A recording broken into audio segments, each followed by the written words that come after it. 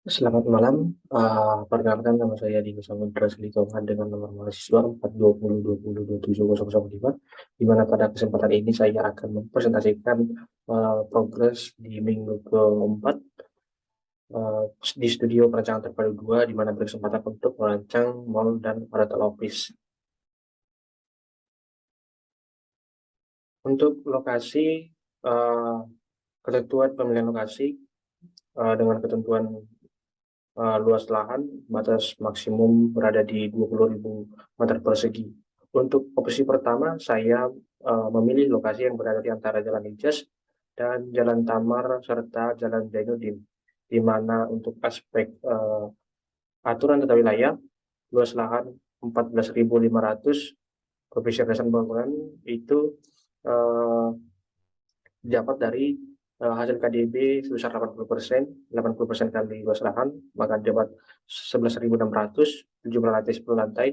GSB di Jalan Sidas itu GSB-nya 20 meter, dari Jalan Tamar 16,5 dan Jalan Zainuddin 19 meter, 5 dari jalan. Lalu untuk lokasi yang kedua berada di antara Jalan Kiai Haji Hashim dan Gang Mutiara dengan luas lahan 19.700 meter persegi dengan KDB 80% dan juga KLB 8 serta GSB 17,5 meter untuk Jalan KH Hashim dan Gang Mutiara 5 meter. Untuk scoring pemilihan lokasi, ada beberapa aspek. Yang pertama untuk tata guna lahan di Jalan Zainuddin diberikan bobot dan juga Jalan Kiai Hashim, di mana bobot tertinggi adalah 3 dan di bawahnya adalah 2 dan 1. 3 adalah sangat sesuai, 2 sesuai, dan 1 kurang sesuai. Untuk tata guna lahan berada di pusat perdagangan dan jasa diberi bobot 3. Untuk Jalan Kiai Haji Hashim berada di persebaran pusat perdagangan jasa dengan scoring nilai 3. Untuk luas lahan 14.500 diberi scoring 2 dan luas lahan di Kiai Hashim 19.700 diberi poin 3. Untuk kegiatan fasilitas publik bersebarangan dengan berbeda, pemerintahan agama, kantor wali kota, Satpol PP, sekolah dasar, alun-alun Kapuas, dan pelabuhan Bardan, Grand Hotel Mahkota, dan Politeknik Tonggak Ekuator. Untuk lokasi kedua berseberangan dengan Rumah Sakit Antonius, Pasar Tradisional Dahlia, dan SMA 5 Pontianak. Lalu ada yang selanjutnya jaringan utilitas, aksesibilitas, potensi ekonomi, potensi view terhadap bangunan tinggi, aturan tata wilayah. Untuk hasil scoring pemilihan lokasi, yang tertinggi adalah lokasi pertama yang berada di Jalan Zainuddin dan yang kedua lokasi Kiai Hashim. Maka lokasi yang terpilih adalah lokasi yang berada di Jalan Zainuddin dengan luas lahan 14.500 meter persegi. Untuk studi kasus yang pertama, untuk bangunan kantor ada Menara Palma, yaitu yang terletak di Jalan Rusuna Said, Jakarta. Untuk yang kedua adalah Integrity Trust Solution Office Tower, berada di Jalan Raya Pasar Minggu nomor 18 di Jakarta. Dan untuk yang ketiga adalah Central Park Office Tower yang berada di area stasiun Wiltet, Belanda. Untuk kesimpulan dari hasil studi banding, aspek yang pertama adalah tampak bangunan. Kesimpulan atau lulusan dari ketiga tampak bangunan tersebut didesain sesuai dengan gaya masing-masing. Masing-masing bangunan dan pemilihan warna yang berbeda serta rasa yang berbeda. Menara Parma memberikan kesan kilau, ITS Tower berkesan kalem, dan Central Park berkesan anggun. Untuk usulan pada bangunan yang akan direncanakan akan memberikan dampak psikologis dan memberi kesan rileks, santai, dan riang bagi para pengunjung. Untuk denah, untuk mempermudah aksesibilitas, tiap lantai zona core dirancang dengan pencapaian di sisi kedua agar mudah dicapai. Pembagian tenan yang berbeda setiap bangunan dan sesuai dengan modul ruang serta lantai dengan konsep terbuka tanpa sekat dan juga tenan dengan tipe grid dengan kolom bulat akan memberikan rasa lebih aman bagi para pengguna. Untuk tipe modul ruang, untuk Menara Palma Menara Palma menyediakan ruang dengan tipe medium space yang mampu menampung grup kerja dan large space yang mampu menampung beberapa grup kerja. Untuk ITS Office Tower juga menyediakan ruangan dengan tipe medium space dan juga large space. Begitu halnya dengan Central Park Office Tower menyediakan large space yang mampu menampung banyak grup kerja. Untuk usulan, dalam bangunan yang akan direncanakan akan menyediakan ruang kerja dengan tipe medium dan large space. Untuk besaran ruang, untuk Menara Palma di Jakarta, tipe medium space-nya berada di 99 meter persegi sampai 146 meter persegi. Tipe large space 179 meter persegi sampai berada di 431 meter persegi. Untuk ITS Office Tower, besaran yang terkecil adalah 50 meter persegi, yang terbesar adalah 1.400 meter persegi. Untuk Central Park Office Tower, kisaran ruang berada di atas 150 meter persegi. Untuk kesimpulan dan usulan, modul ruang yang akan direncanakan adalah modul ruang minimum menyediakan 50 meter persegi sebagai medium space dan juga 150 meter persegi sebagai large space.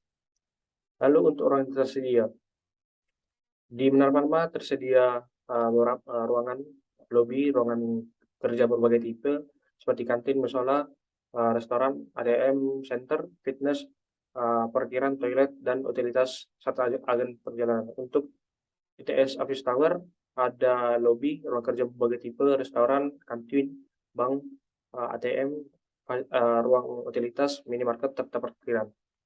Untuk Central Park Office Tower hampir sama dengan ITS Tower dan juga Menara Palma.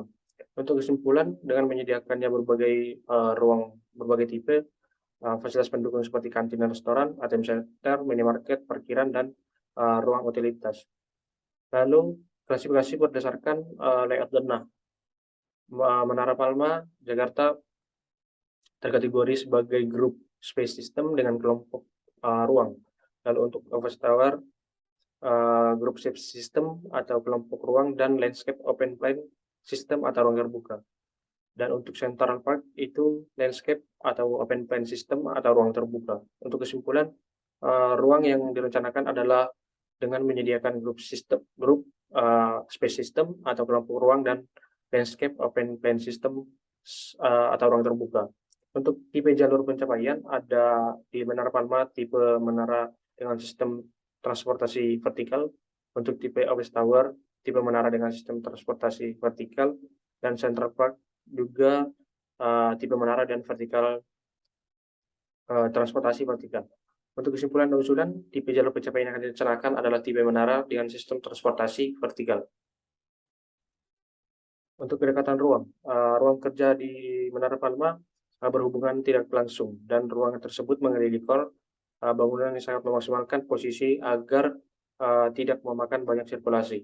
Dan sama halnya dengan Menara Palma, ITS Tower juga memiliki ruangan yang saling berhubungan dan yang tidak langsung dan mengelilingi core. Central Park juga memiliki ruangan yang berhubungan langsung dikarenakan ruangannya tergolong tipe large space atau tanpa sekat, bahkan mampu menampung beberapa grup kerja. Untuk kesimpulan dan usulan, ruang yang direncanakan adalah ruang yang berdekatan, baik itu ruang yang berhubungan tidak langsung dan ruang berhubungan langsung sesuai kebutuhan atau sesuai dengan tipe ruangan medium dan large space. Untuk interior, Menara Palma memberikan kesan yang hangat bagi para pengguna. ITS Tower juga memberikan kesan hangat dengan kesan dingin pada lobinya. Sedangkan untuk Office Tower, Central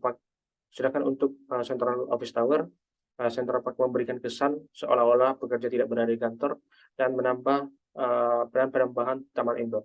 Untuk kesimpulan dan usulan, interior kantor yang direncanakan harus mampu memberikan kesan yang santai dan membuat para pekerja nyaman dan melaksanakan tugasnya dikarenakan interior juga mampu memberikan dampak psikologis bagi para pengguna.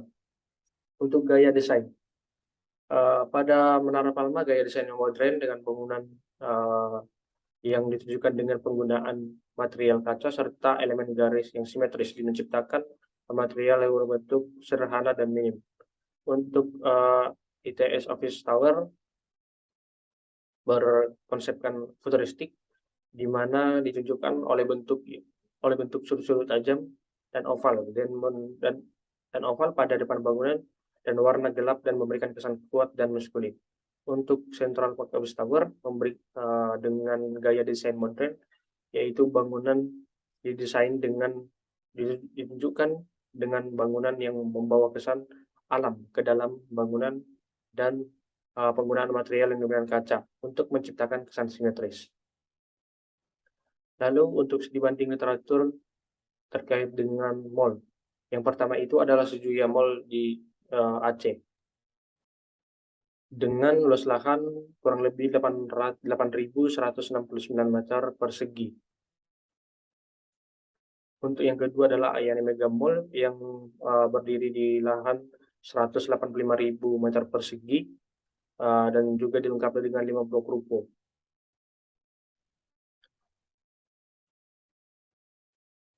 Untuk yang ketiga adalah Mall Pesona Square Depok yang berdiri di luas lahan kurang lebih 4,2 hektar persegi dengan total 7 lantai.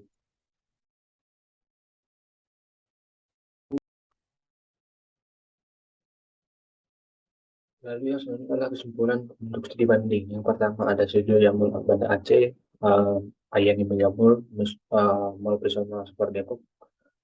Untuk yang pertama itu ada tampak.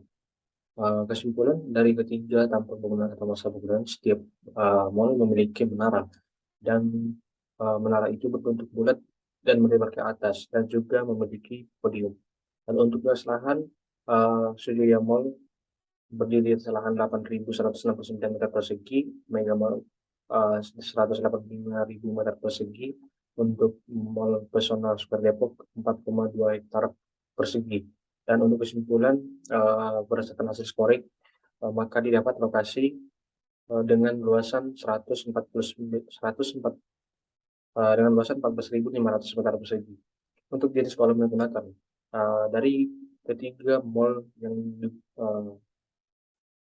yang merupakan studi banding, maka disimpulkan kolam yang akan digunakan adalah kolom silinder atau kolom bulat, yang dikarenakan orang akan cenderung merasa lebih aman ketika beraktivitas dibanding kolom berbentuk persegi. Lalu untuk klasifikasi mall berdasarkan barang yang dijual. Untuk Suzuya Mall itu terkategori dengan convenience shop dan department store. Begitu halnya dengan Mega Mall Ayani Mega Mall dan Square Depok.